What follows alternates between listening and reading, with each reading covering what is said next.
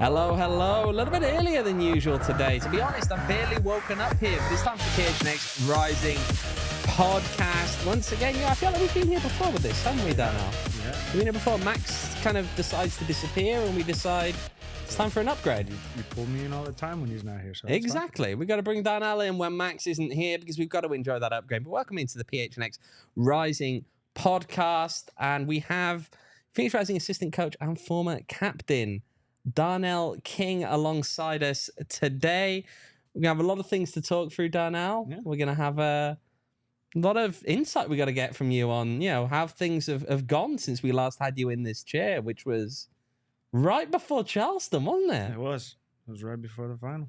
If I remember correctly, that was the night, things being dropped off set here, but if I remember correctly, that was the night that I flew off to Charleston. Actually, it was the last time we had you in it. That's how close it was. I remember you were saying that. Yeah, we had the extra day to relax before we went, but you had to go get busy and get to work, didn't you? Yeah. It's always busy, always busy. But you know what?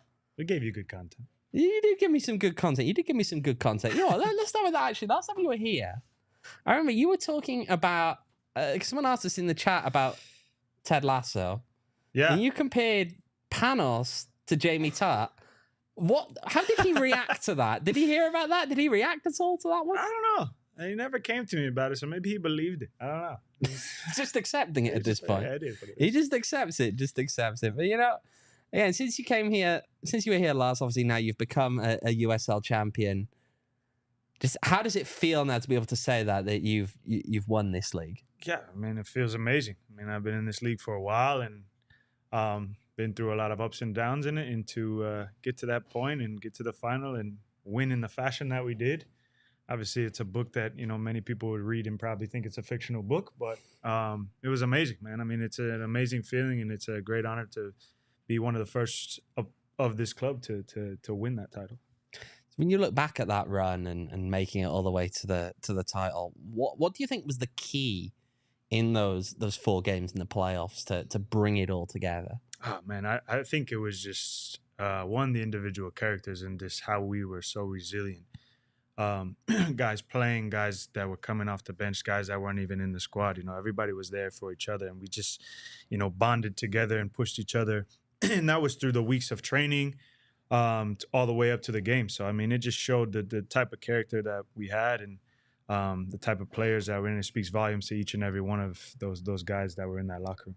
Obviously, you as a captain at that time, what kind of a role did you have to play in terms of motivating the boys, and what was that experience like? Yeah, it was, I just really tried to keep everybody level-headed and making them understood that all of us are needed, no matter what the circumstances, no matter what the situation is. Like, when your number's called, be ready. So it was more just kind of having those conversations with my teammates when, you may be down, but look where we are. Look where we got to just through all these times of going through the ups and downs of individual work that you've done throughout the year, your performances, whether they were good or bad.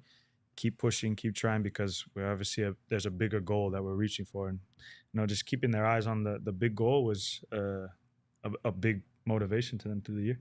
Obviously, we see kind of clips of it from the videos that get put out. But go on, who was a better motivational speaker there? Was it you? Was it Juan? Or was it someone else in that locker room? Yeah, Juan. He's good at that. He's very good at the motivation. He was even good at it when we played together. But yeah, I mean, it was words. To us, it was more about the actions. We could say whatever we want, and the motivation was great. But at the end of the day, it was the actions that the players and the boys took when we stepped on the field. So, yeah. Yeah, and when you look back, obviously, actually lifting the cup is probably your favorite memory from the entire run. But yeah. If you had to pick a second in there, what would it be? What were your favorite moments? Oh, man.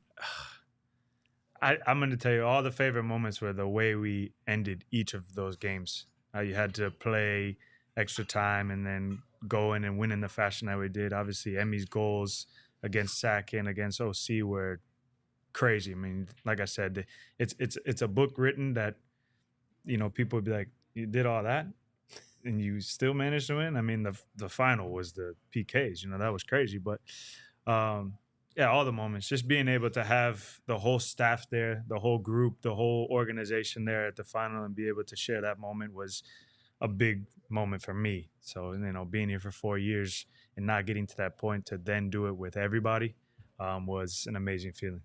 Yeah, and you get to the end then, going out as a champion. Let's just talk a bit about your decision to hang up the boots and Yeah. why or how did you come about making that decision? Yeah, so I mean, obviously, life decisions come along, and you have to think about the future and your family. And sometimes when opportunities like that come about, you have to jump on them. And obviously, for me, it's sticking around the game and being around something that I love to do. Yeah, people may say you can keep playing, but obviously, you start something new, and you can have a lot of longevity with it. And the amount of years that I played, I think I have a decent amount of experience, and I can share with the young players coming through the ranks, because there are a lot of good young players coming through, as you can see that we've acquired as well. So very excited to share my knowledge and do that. But yeah, it was just one of those decisions where it was the right time, I think, and you move forward and see how things go from there.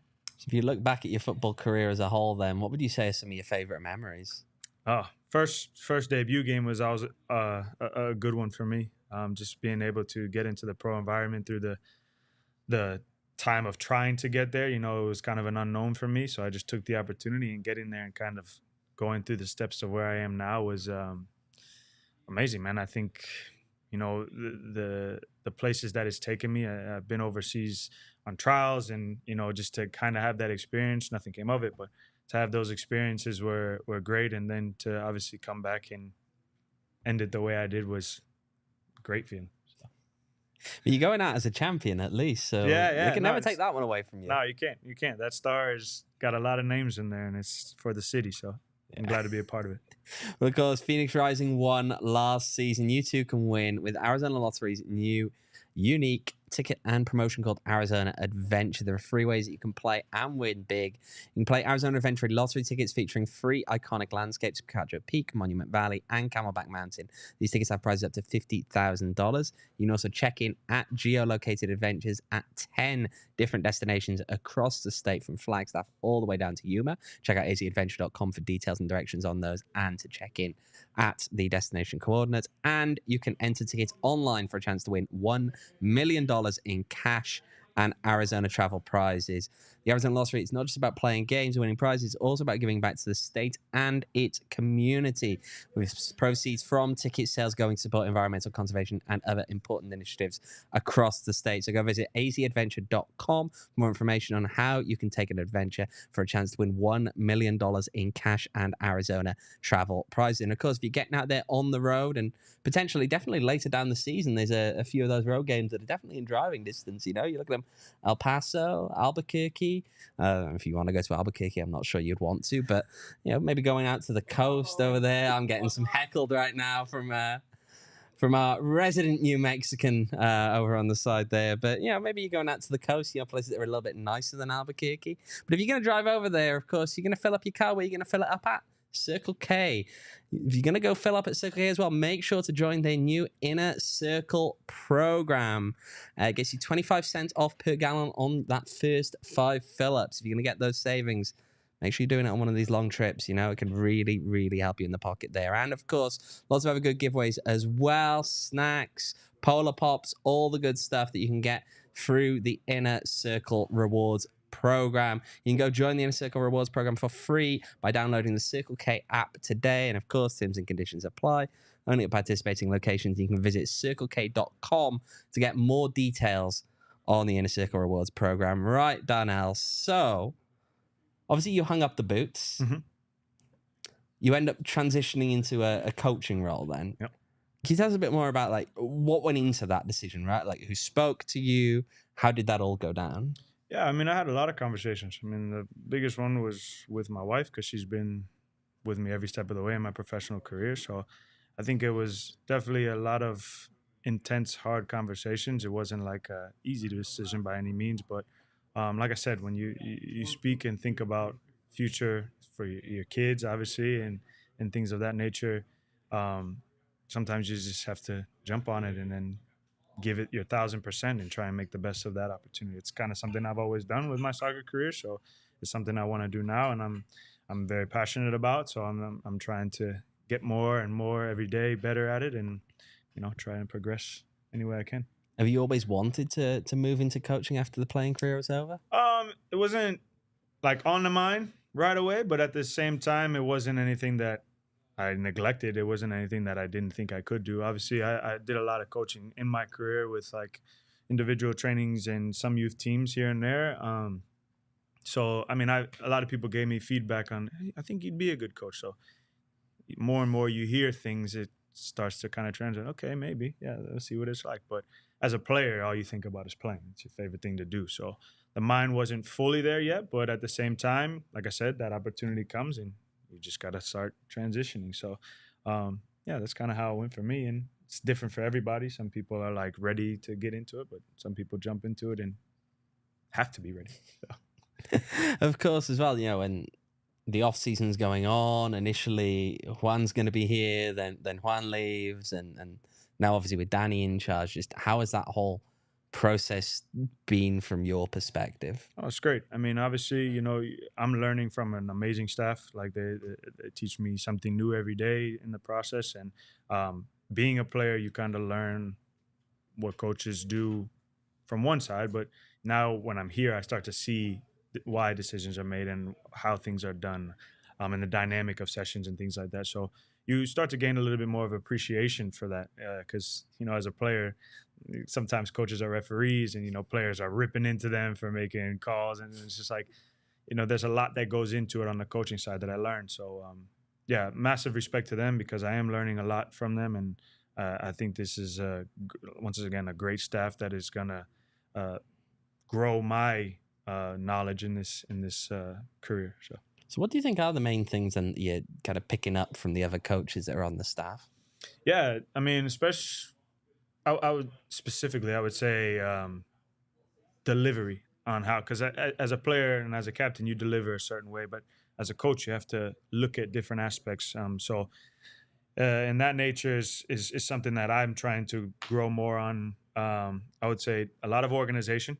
It's a lot of time and effort put in because you want to give your team the best ability to take on the opponent that they're going to take on the weekends. So just learning the week and how you go about it and the planning that has to go into it has been a mind change for me, because as a player you just come to train, you get the knowledge and you go perform.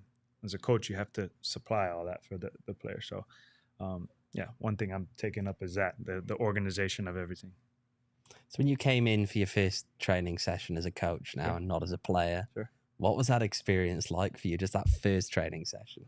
I think a lot of my teammates still kind of saw me as a player, so it was more fun, I guess, and which I think helped me because I needed to kind of grow into that and start separating that relationship. Even though you see a lot of the guys that I played with in the final are still on the team today, so there's still that close connection, but there's also like you have to learn a fine line of balancing that, where I'm a coach now, so we need to have a relationship of player-coach relationship type thing. So, but no, it was good. I mean, like I said, the staff around me helped me out a lot. They understand that I'm gonna have ups and downs in it, but at the same time, they know I bring a bit of knowledge with the years of experience that I have. So go on, in terms of that relationship with your former teammates who are now players that you're having to coach, what is the most difficult part of kind of adjusting in that relationship with them? Or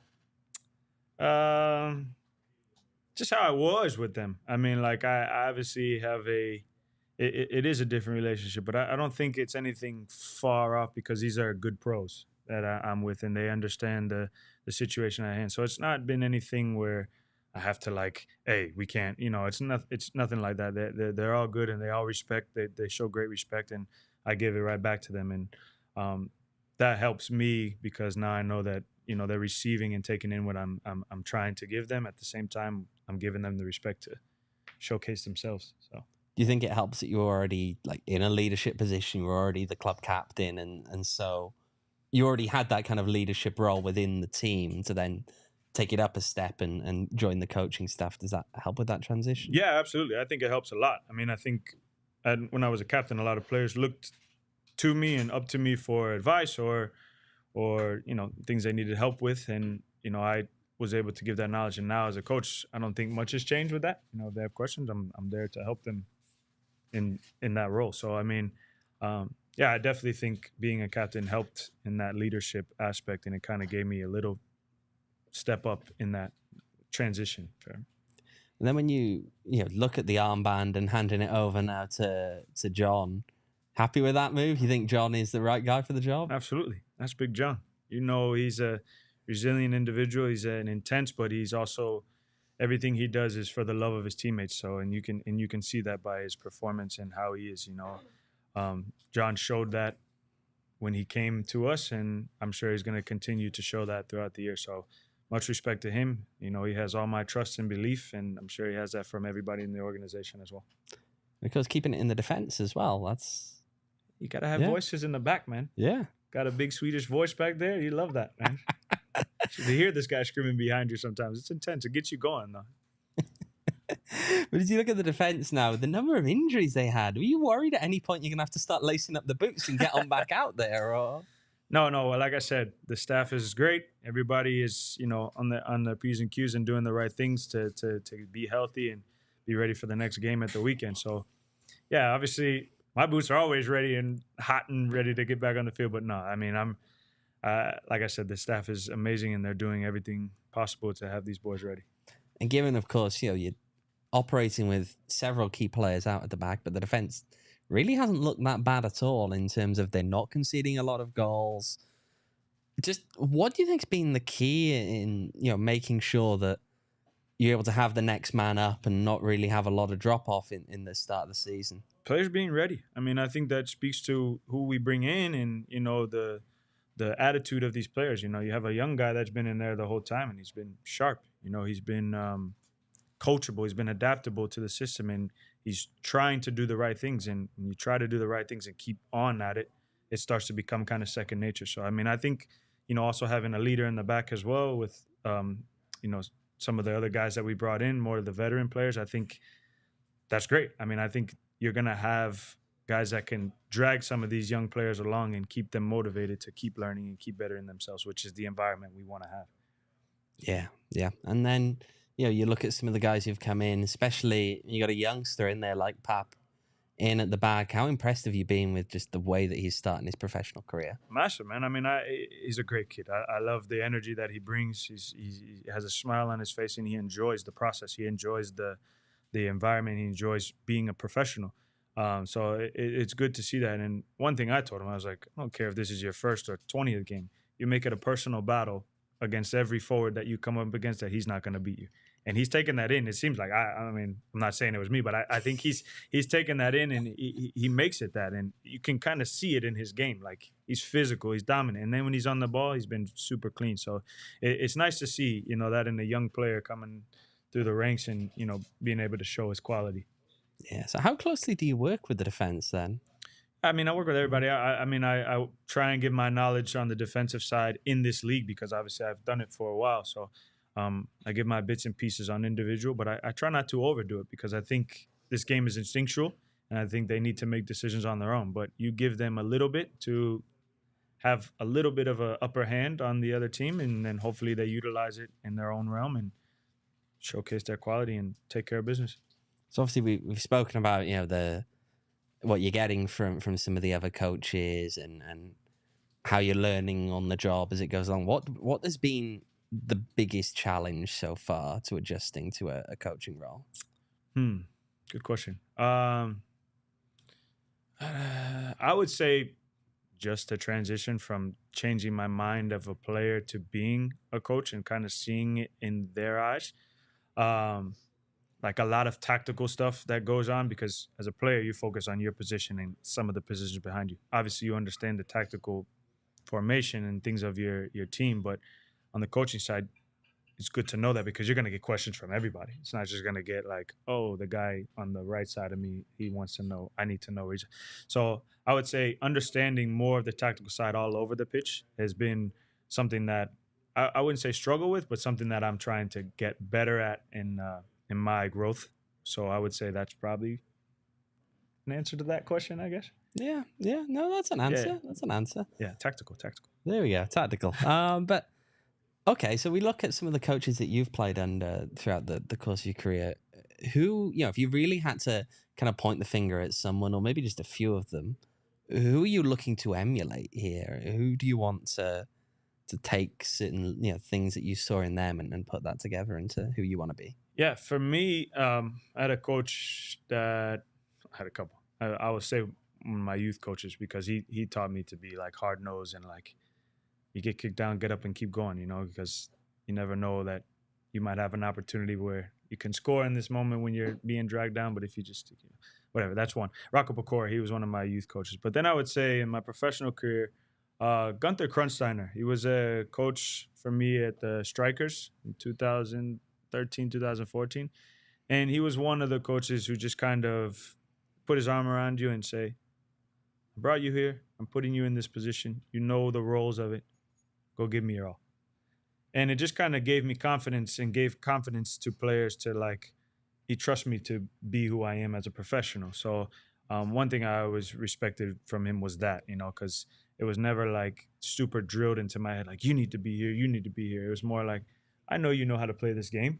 So I'm going to give you your pointers here and there, and then I'm going to let you go do your work. So I really respected that from him. And he was one of those coaches that was very heavy players coach, where he just got around the guys, and he was an older gentleman, but he was still able to block with the boys a lot. So it was a eye opener for me, because I was a young player at that time, and it just kind of made it, all right, I'm here now. I need to start owning the pro title and understanding that people look to me as an advanced individual in this role. So let me showcase it and show what I can do.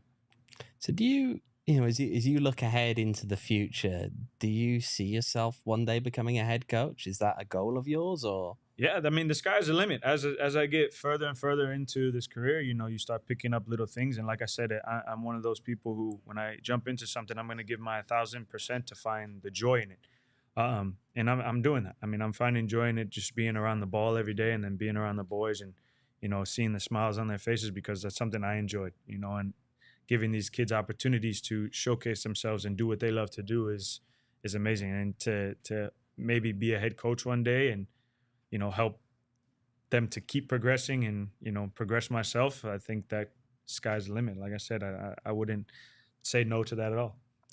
We had a question in here from one of our diehards. And by the way, anyone in the chat who wants to toss a question in, feel free to do so. But this one came from one of our diehards in Discord earlier. But like, how does your time in a week kind of compare to what it used to be as a player now? Yeah, that's changed monumentally. No, but it's good though, because I think it's important that I see the difference of why it's like that on the coaching side, because you gain respect as a player if you know how much time and effort goes into the coaching side of the planning and getting things set up for the next day, or getting things set up for the week, and making sure you give the players the optimal, the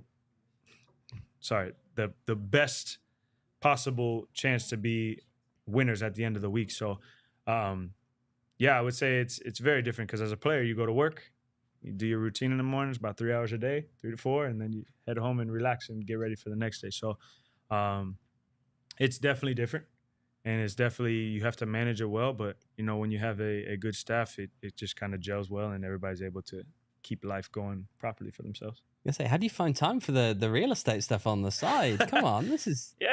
No, I have a good team on that side too. Okay. So, I mean, it works well. I wouldn't say I'm individual on that by any means. That definitely takes a team effort as well. But that's what I've always been around. Team sports, team everything, and just kind of, what's the saying? It's cliche, but teamwork makes the dream work, man.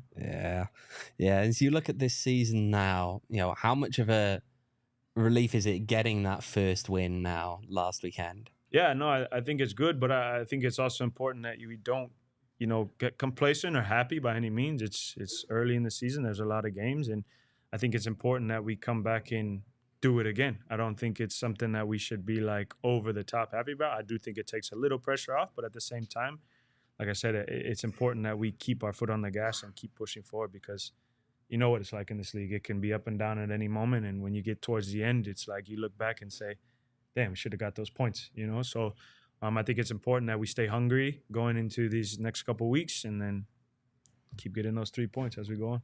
Obviously, we know when you first became captain, right, the team went through a little bit of a rough stretch at the start of that season as well. And I don't think it's really a secret that you took that a little bit personally at the time. It was a bit hard for you personally. At least that's what people used to say, that it was about trying to get you used to, working through that as a captain and understanding. How is it as a coach, kind of having those first 2 games and coming off, off a title, slightly slow start? Yeah, I think I wouldn't say it's anything like nerve-wracking. I know like it is a long season, but like I just said before, it does, these do come fast. But I think it's important not to panic, and I think it's important to keep focusing on the principles that we have at hand, and not to stress. And you can't lose the group, and I think that's important. I think that's something we do great in here, is that we keep us together and we keep focusing on the right things. And I think the boys are great professionals, that they keep their mind right and they keep it at ease, and they're ready for the next one. They know if something goes wrong, they're like, let's figure out what it is and we fix it, and then we move forward. So as you saw last year, we figured it out and we kept pushing forward, and look where we ended up. So it's 3 games in now. I don't think it's anything to go too crazy on after a win as well. But I think it's, when you win, what can you do better for the next time, and keep raising the bar. So that's what we're focused on right now. How can we keep getting better from that performance that we just had, and then see where it goes from there. Not to get stressed or get panicked. Yeah. And hey, it's always got to help when you come off a win like you did last weekend. Yeah, and absolutely. It gives dominated motivation. that game, it felt like. Yeah, it was good. It was a good performance, but yeah, you just got to keep building off that. Just got to keep building off that. Okay, well, there's, of course, a big game coming up on the weekend. If you want to get ready, maybe go have a couple of drinks at Valley Taproom before heading out there to the stadium. Have a good time.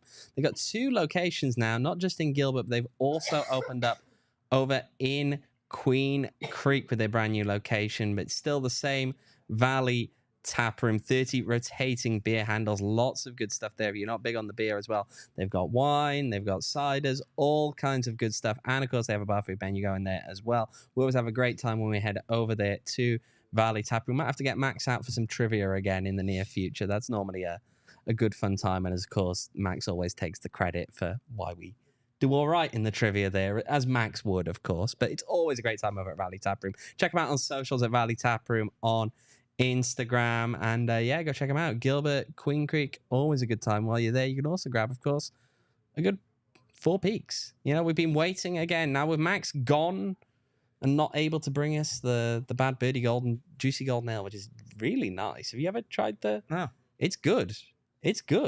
All right. It's actually, and I know I get this from Damon a lot now, because I said that it actually possibly replaces the WoW in my mind. Seriously? It's good. The WoW is good. Yeah, but the Bad Birdie Juicy Golden Ale is good. I have to try it. Very good. Seriously. They sell it in cans. You can get it at the 8th Street Pub. Okay.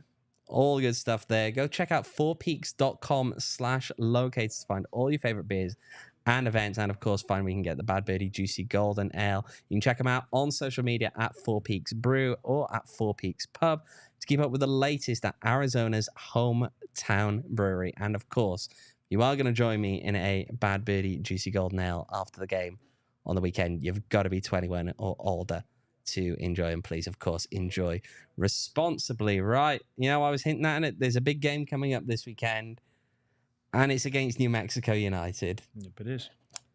This game in particular against this opponent, what does that mean to you? Oh, I mean, I think you're hinting at something that I went through a couple of years ago with my young boys, huh? Yeah, we'll get onto that in a bit, maybe. Yeah, no, I mean, this is a big game. I think this is a rival game for Phoenix Rising, and I think every time I stepped on the field against these guys, it meant monumental amount. I mean, every game does, but this one was a big one because we have our back and forth with this team. So yeah, it's a big game, and I think the boys are hungry and ready for it. So that, the preparation has been good, and we need to have that fire, but also that composure to be able to pop it. Yeah. So you brought it up. 2022, of course, that COVID game over in Albuquerque. I mean, I remember seeing the expression on your face and what you were saying as you were walking off the field that day. Yeah. If you took us back there now from your perspective, what was that like? Nothing to New Mexico. I'm proud of my young players that stepped up, and I hope they're all doing well right now. I'm proud that they came in and put in a shift against them, and it spoke volumes to these young kids that came in for their first professional game and had to go through that experience. But they didn't stop. They didn't let up. Even though we got beat pretty bad, they performed to the best of their ability, and I respect every one of them for that. I mean, I was on the field, and I was trying to give everything I had as well. So, I mean, that circumstance was unique, and that's where I'll leave that. But it created a fire under all of us, and obviously things happened after that where we came back and beat them a couple of times. So, but that one that actually set a fire off in me forever against this team. Respect to their players and all that stuff. But when it comes to this game, it's do or die. For me at least, and that's the message I send to the boys now that understand the history of this game, because without history you don't have future. Mm-hmm. So. Yeah, so how do you then kind of impart that on what this game means, especially from that kind of perspective where most of these guys, they may have played it last year, but there's not really anyone left here from when that game actually happened. Yeah, well, when you come to new clubs, like any big club or any clubs around, you learn, hopefully you learn about the history of them and kind of understand when coaches tell you things about them, like this is what happened.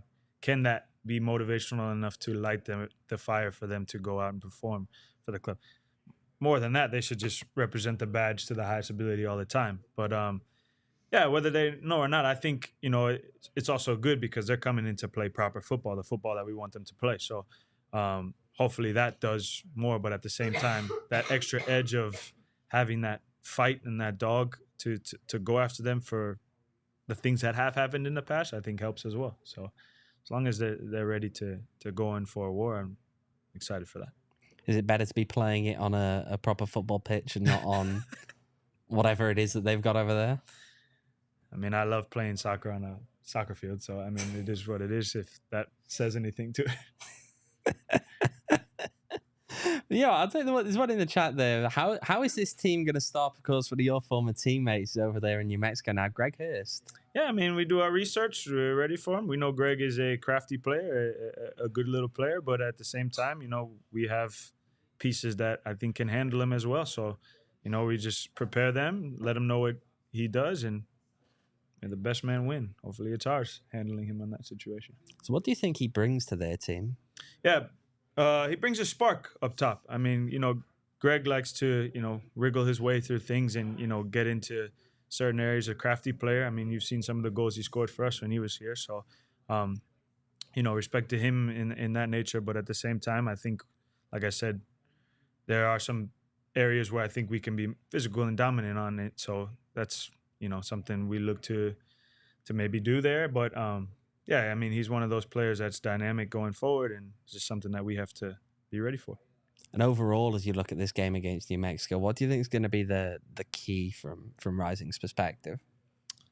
Just mentality. I'll leave it at that. As long as they come in with the right mentality, I think the soccer will show itself when we step on the pitch. And then, just got to be dominant all over the field. I think that's something that is standard with our group. I think when you can out-dominate a team, I think that gives you a step up in the game. What have you seen from so far this season after, obviously, that opening game against Pittsburgh, and then it's kind of dropped off a bit from there? From New Mexico? Yeah. I mean, it seems like they like to play out. It seems like they like to build a lot, and, they have some decent players in the middle, and they have some pace on the wing. So, I mean, it seems like they're working on something, and, we get the video that we get and we see, and we just kind of go from there. I mean, that's all I can say. It's been 3 games, so, over time, I'm sure they're learning and building as well, and as every team is, and we just need to be ready for those pieces that they have. Okay, you know what? I'll take we got a couple more questions in the chat. I think there's one a little bit further up now. We'll move on from New Mexico, all right? Try not to get you to say anything too controversial to rile them up and pin up on the board there, all right? But who's going to finish top scorer in this current squad for Rising? Oh, hopefully everybody. Oh, come on. Everybody. No. I don't know. I think we have some dominant pieces up top, so I don't really have an answer for that. I'm hoping that a lot of guys get in double digits or close to that. So I won't say one in particular. I think we'll have multiple top scorers. I hope they're competing like we had before to be top goal scorers. So it creates good competition, and it also creates a lot of goals for us, which we love to see here. Okay. Here's one from Discord. Which has had the higher learning curve, Coach Darnell or Dad Darnell? Dad Darnell. Yeah, being a dad, man, there's a lot that goes into it. I'm sure all the dads out there know. So you can compare that from start to finish. That's an everyday learning. So I would definitely say that's a big learning curve. But like I said, I love every moment of it. I love every moment of both sides, but I would say there's a lot more learning on that side. You got enough sleep last year? Oh, yeah. I mean, you won the title, so clearly. My boy sleeps well, and he actually goes 7 to 7. So wife did well doing the sleep training with him. So I enjoy my nights of sleep. I do. Has he been out scoring on the pitch lately? Because I see you bring him down on the pitch after the game. To be honest, I didn't know 1-year-olds can really do that, like dribble. I mean, but all I have in the house are soccer balls everywhere. So it's like everywhere you look, there's a soccer pillow, or his bike has little soccer ball pictures on it. The dog toys are all soccer balls. So I don't touch the ball with my hands at the house. It's only my feet. So he just runs around and kicks it and screams goal. So, yeah, if you see him out there, he's probably out there balling, you know. Hopefully he's going to score in front of all the Banditos one day and they can go crazy for him. You're not giving him much choice either then. It's kind of I'm putting him in now. You're going to be a footballer. I slapped the ball out of his hands when he tries to pick it up. So it is what it is. Right, he's not being a goalkeeper, right? Yeah. No, I don't want him to do that. No, you've seen those goalkeepers. You can't subject him to that. Sorry, Rocco. They won't be doing that. It's not happening. All right, come on. If you weren't a footballer, what would you be? Musician. I don't know. That's all up to somebody actually making it. Come on. Yeah, tell us more. No, I taught myself how to play the guitar. I think I have decent rhythm. Maybe other people can tell me otherwise. I don't care what your opinion is. I love my music. Are we getting a thumbs up or a thumbs down from off camera? We're getting a thumbs up. Got a thumbs up. And I think there was somebody in here that says I have good musical taste. So it's I'm reading what you got up there. Okay. I'm very visual as well, you know. Yeah. But yeah, that I don't know. I'm sure I'm probably gonna get some backlash to this, but I probably could have been a basketball player. But you know, it's all right. We got our son's pod over here. I'm sure you can have a chat with them later. Yeah, maybe I'll show them some skills. People are asking you to sing now. Yeah, that's not happening. That's not happening. Sorry. Not happening. Don't quite have the vocal range there. I'm a coach now. They're a coach now. You got to save the voice for shouting at the boys tomorrow. I'm a campfire guitar player. I don't do it all out in the public. Okay. Favorite karaoke song? Good question. I did No Diggity on a cruise ship one time, and I thought it was pretty good. I had the crowd going wild, so I'll go with that one for now. Do you still do you have to sing on your first away game? Yeah.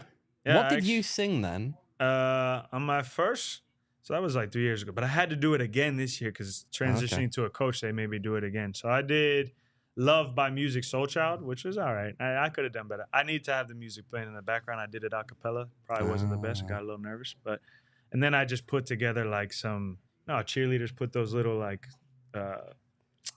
music renditions together where they do their performance. I put something together, and I just got the team hyped for the game. We didn't win, but I mean, it is what it is. It was a good time to break some ice, so yeah. Okay. I think we're running out of questions here for you. Hey, man. To be honest. Open book as much as I can be. Yeah, no, it's been great having you back. I got a question. Yeah, go on. If you got questions for me, let's go. I hope it doesn't stir anything, but we had something last time we had this conversation. If we won, some things were supposed to happen. Yeah, we did, didn't we? I think there was two things that were supposed to happen. Would you like to tell the people, and then we'll clip this and send it to the person responsible? So one was with Max, right? Mm-hmm. And I'm pretty sure he was supposed to get a tattoo. He has now had the tattoo done. He got it. Okay. He was sitting here and they did it live on a stream. Did he scream? Did he complain about it? Or did he take it like a champ? He took it all right. We did have a little like ouchie counter going at the bottom, so every time he like kind of winced a little bit. But yeah, no, he got it. He's got his tattoo now on the back of his shoulder. Actually, okay. It's good. At least he stuck to his word. I love that. He did 2 days before the season started, but he got there eventually. It took him a while, but I think he got there eventually. Man of his word. He got there eventually. And then the other one, I think it was from Saul. There's something that was supposed to go up on a wall in here or something. Yeah, I think there was, wasn't there? Yeah, I mean, I remember we talked about it, and he said it would happen, but I haven't seen that. So, yeah, I feel like the wall is a little bit unchanged, isn't it? Yeah, and maybe you can explain what that was supposed to be. What about putting Rising on the mural over there? Yeah.